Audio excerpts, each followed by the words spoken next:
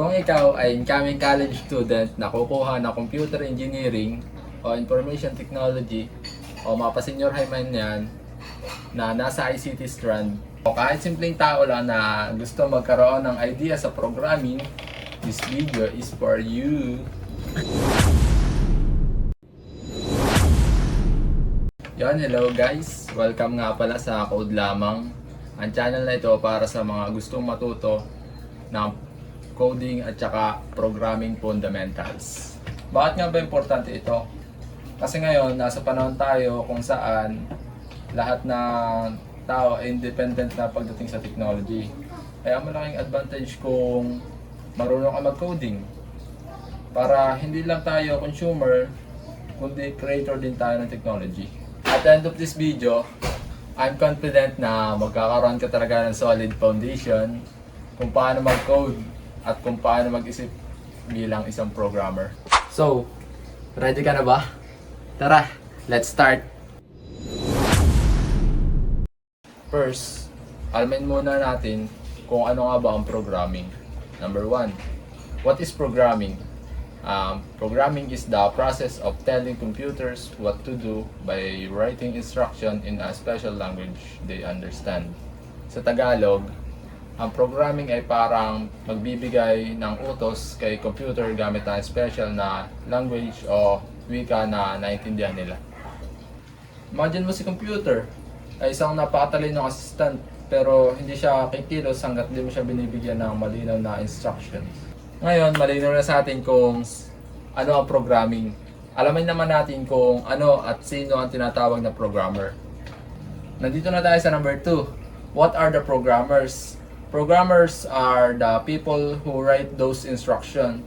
Kumbaga sa Tagalog, sila ang mga utak sa likod ng technology. Sila ang nagsusulat ng code para gumana ang mga apps, websites, mga games, at kung ano-ano pa.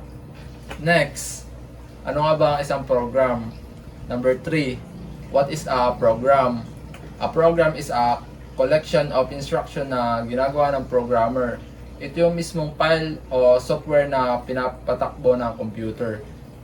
Lahat ng ginagawa ng computer mula sa simpleng calculator hanggang sa malaking apps ay mga programs bunga ng codings. Ilan sa mga example ng programs ay calculator, games like Mobile Legends and Minecraft, social medias naman like TikTok and Facebook, websites naman like YouTube and Lazada, and video editing softwares naman ay CapCut. Lahat lang yan ay mga programs na ginawa ng mga programmers gamit ang mga programming language. Of course, hindi pwede natin kausapin si computer gamit ang mga normal na English o Tagalog. Kaya dito napapasok ang tinatawag na programming language. What is a programming language? A programming language is a special language used by programmers to write instruction that computers understand and follow. Sa madaling salita, ito yung ginagamit ng programmer para kausapin si computer. Ito yung paraan na pakikipag-communicate natin sa machine para maisakatuparan ang gusto nating ipagawa sa kanya. Ngayon, may iba't iba tayong klase ng programming language at bawat isa ay may kanya-kanya ding gamit. Parang tools sa toolbox, may specific tools para sa specific na trabaho. Here are some popular examples. Example, Python. Sobrang beginner friendly. Ginagamit sa AI o Artificial Intelligence, web development, data analysis at automation. Pangalawang example naman ay Java. Pang-develop ng mobile app, especially sa Android, pati desktop applications. Another example, C++. Ginagamit sa game development, robotics at system software. At marami pang iba. Reminder, hindi mo kailangan matutunan lahat agad-agad. Ang mahalaga, maintindihan mo muna yung mga concept at unti-unti kang magka-idea kung alin ang bagay sa'yo depende sa goals mo. So ayun, congrats nga pala at umabot ka sa dulo ng video na to. Ngayon, alam mo na kung ano ang programming, programmers, programs, at programming language.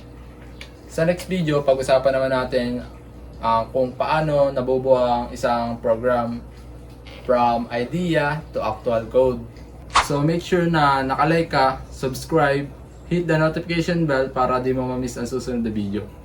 So once again, this code lamang, coding made simple para sa lahat. Kita kits!